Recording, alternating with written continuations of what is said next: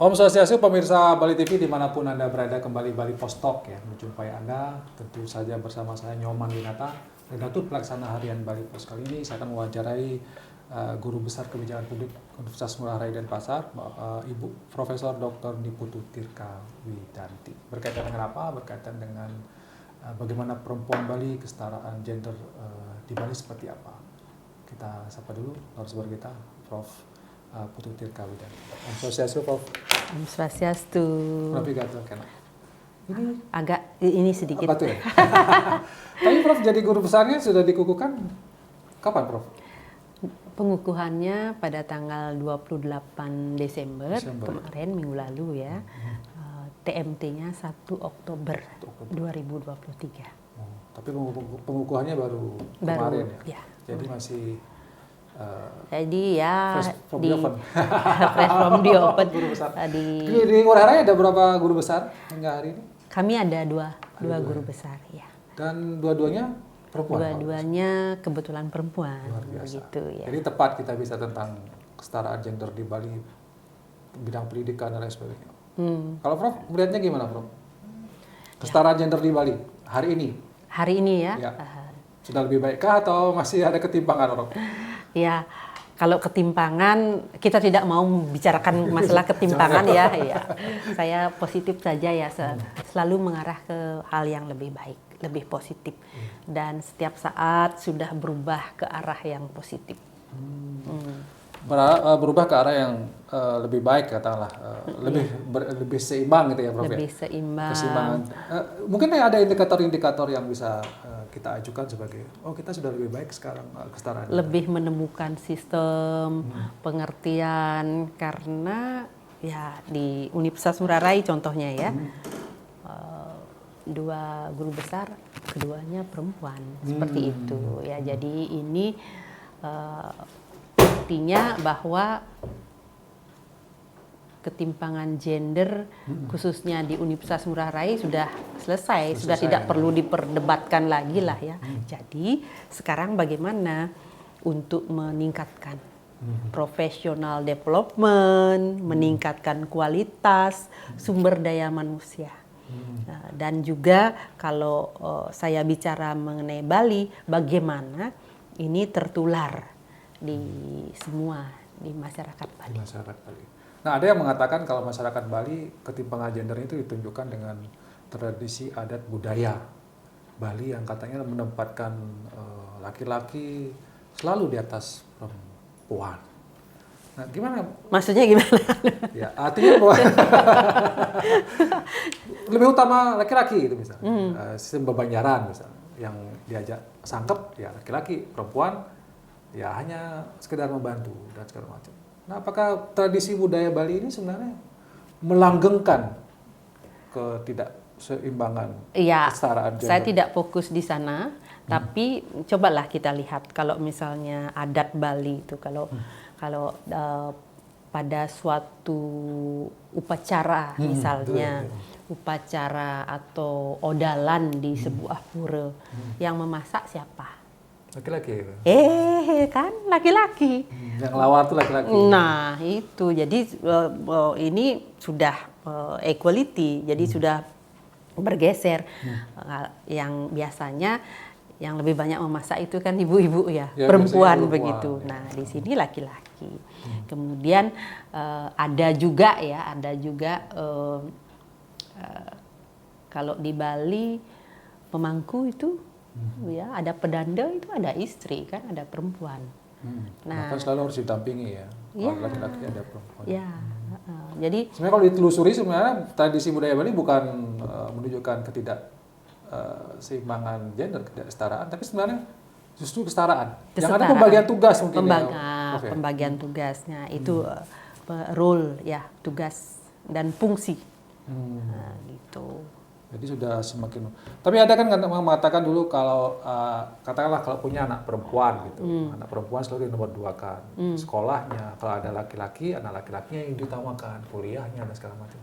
Tapi kalau mungkin dulu itu. Prof melihatnya sekarang gimana, Prof? Sekarang sama saja, ya sama saja.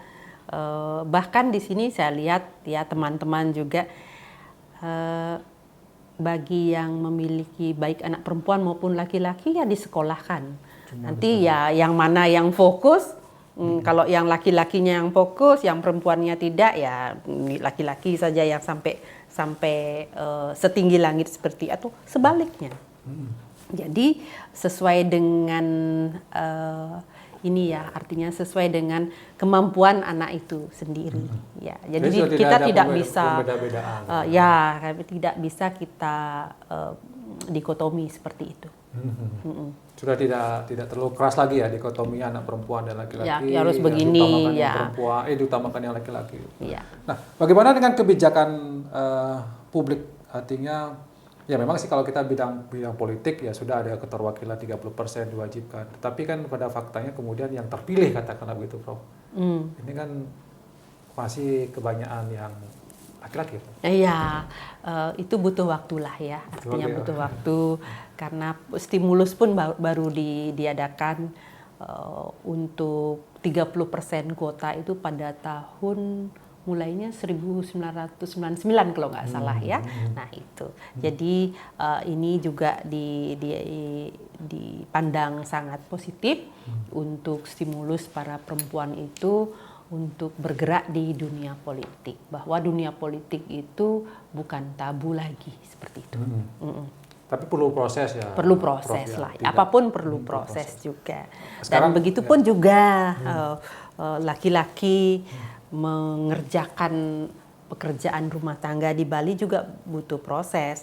Nah sekarang kan banyak putra-putri kita yang belajar atau bekerja di luar negeri nih. Jadi di luar negeri itu biasa pekerjaan rumah tangga itu laki perempuan biasa mengerjakan, siapa yang sempat atau pembagian tugasnya bagaimana. Nah itu sekarang disosialisasikan baik itu di Bali maupun di Indonesia. Jadi lama-kelamaan ya butuh proses ya, jadi akan sudah terbiasa begitu.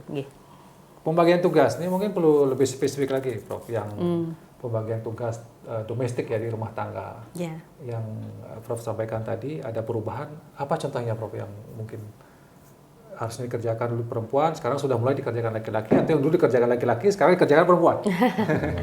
Ya, itu tadi kan sudah saya contohkan ya, kalau di Pura itu jadi bapak-bapak pun sudah mulai juga ini memasak ya begitu. Nah kalau misalnya pas sebentar lagi kan musim hujan ya, musim hujan ibu-ibu juga sudah banyak yang melek teknik ya, IT juga, iya jadi tidak menunggu bapaknya, jadi langsung bisa mengerjakan seperti itu. Itu hal contoh yang simpel yang di rumah tangga seperti itu. Jadi pembagian tugas ini juga bagian dari kesetaraan gender ya, Prof. Tidak kemudian ini hanya perempuan saja yang kerjakan, itu laki-laki. Nah kembali kepada kebijakan. Yang gengsinya laki-laki di Bali sudah mulai berkurang. Kalau dulu gengsinya gini ya. Itu pandangan saya. Tapi juga masyarakat banyak mengatakan begitu kan, kalau ya, misalnya kalau dalam proses ada nyentana dan segala macam kan masih banyak juga yang nggak mau nyentana karena nanti di bawah perempuan. Karena yang perempuan jadi puruse, yang laki-laki jadi perdana kan agak. Padahal sebenarnya sih enggak seperti itulah ya. Ya. Modernisasi itu sudah mulai terjadi ya, Sudah mulai. Oke. Saya kembali ke kebijakan publik karena kalau tidak salah juga Prof kan penelitiannya di bidang itu. Kebijakan publik seperti apa sih yang mungkin masih perlu didorong untuk kesetaraan gender? Ya, kalau di Indonesia kita kebetulan memiliki Menteri PPPA ya, Pemberdayaan Perlindungan Perempuan dan Anak begitu. Itu artinya sudah otomatis bahwa kita pro ya, kebijakan perempuan itu sudah ada, aturan-aturan mengenai perempuan itu sudah sedemikian rupa. Nah untuk di Bali ini sebetulnya lebih kepada perempuan itu sendiri. Ya, perempuan itu mampukah perempuan itu menunjukkan dirinya. Stimulus sudah ada nih, kan itu sudah suatu kebijakan, itu sebenarnya peraturan dan kebijakan. Stimulus kuota 30% sudah ada. Kemudian banyak hal lagi sudah women studies dan lain sebagainya. Nah perempuan di sini harus berani. taking the risk sepanjang dia pada koridor yang tepat, yang benar. Perempuan Bali kan tahulah yang unggah ungguh pasti tata titi ya, pasti tahulah ya. Behavior yang mendasar di sini. Jadi konsep-konsep perempuan Bali itu dipahami seperti itu. Keberanian. Jadi keberanian mengambil risiko. Ya. Taking the risk gitu ya. Ya. Nah, mungkin ini yang perlu masih harus didorong lagi. Didorong ya. Kayaknya masih perempuan-perempuan Bali kan masih yang banyak juga, terutama kalau di kota-kota mungkin sudah tidak ya, artinya di kota-kota. Tapi kalau di desa-desa mungkin masih lah. Nah, ini makanya perlu ada pendampingan, baik dari kampus-kampus, di lingkungan kami lah di akademik seperti ini.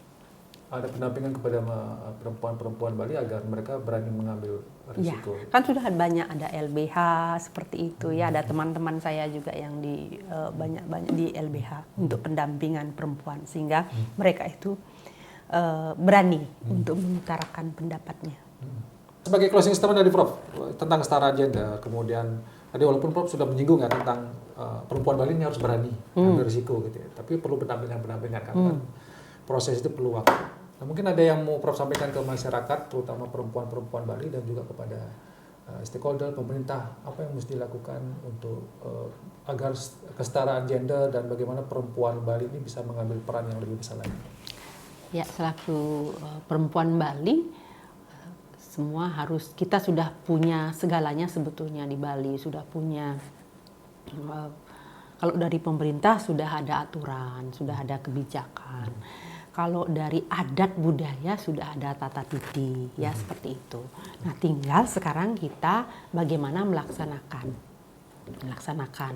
dan juga edukasi ini juga ya. Dan saya sekarang sudah di fase perempuan Bali dari lahir, remaja, dewasa, menikah, punya anak, punya mantu. Nah, itu kan sebuah jenjang sebetulnya. Nah, kalau dulu mungkin ya bagaimana perlakuan mertua terhadap menantunya, mungkin bapaknya ini ketawa deh. Mungkin semua tidak ya, mungkin tidak harmonis ya. Nah, sekarang perlakukanlah anak menantu seperti anak sendiri, seperti itu. Ini karena saya sudah di fase itu, sudah melakoni. Karena bagaimanapun juga baik anak perempuan maupun menantu perempuan nantinya akan menjaga kita ketika kita tua. Itu salah satu hal yang dasar, hal yang ini sederhana ya. Artinya dari segi tata aturan, mungkin ya termasuk perundang-undangan dan segala macam sebenarnya sudah mendukung ya Prof. Sudah mendukung. Kesetaraan gender. Sekarang adalah bagaimana implementasinya dan itu kembali kepada diri masing-masing. Perempuan Bali, keluarga Bali kan gitu ya Prof ya, supaya ini betul-betul menjadi, karena kalau itu sudah tercapai kesetaraan gender maka mungkin kehidupan kita bisa lebih bagus lagi. Iya. Oke, terima kasih Prof atas waktunya dan pencerahannya. Mudah-mudahan ini bisa memberikan manfaat pada masyarakat Bali. Demikian Bali Post Talk ini, saya ucapkan terima kasih atas perhatiannya. Saya tutup dengan Romo Santi. Om Santi, Santi, Santi. Sampai jumpa.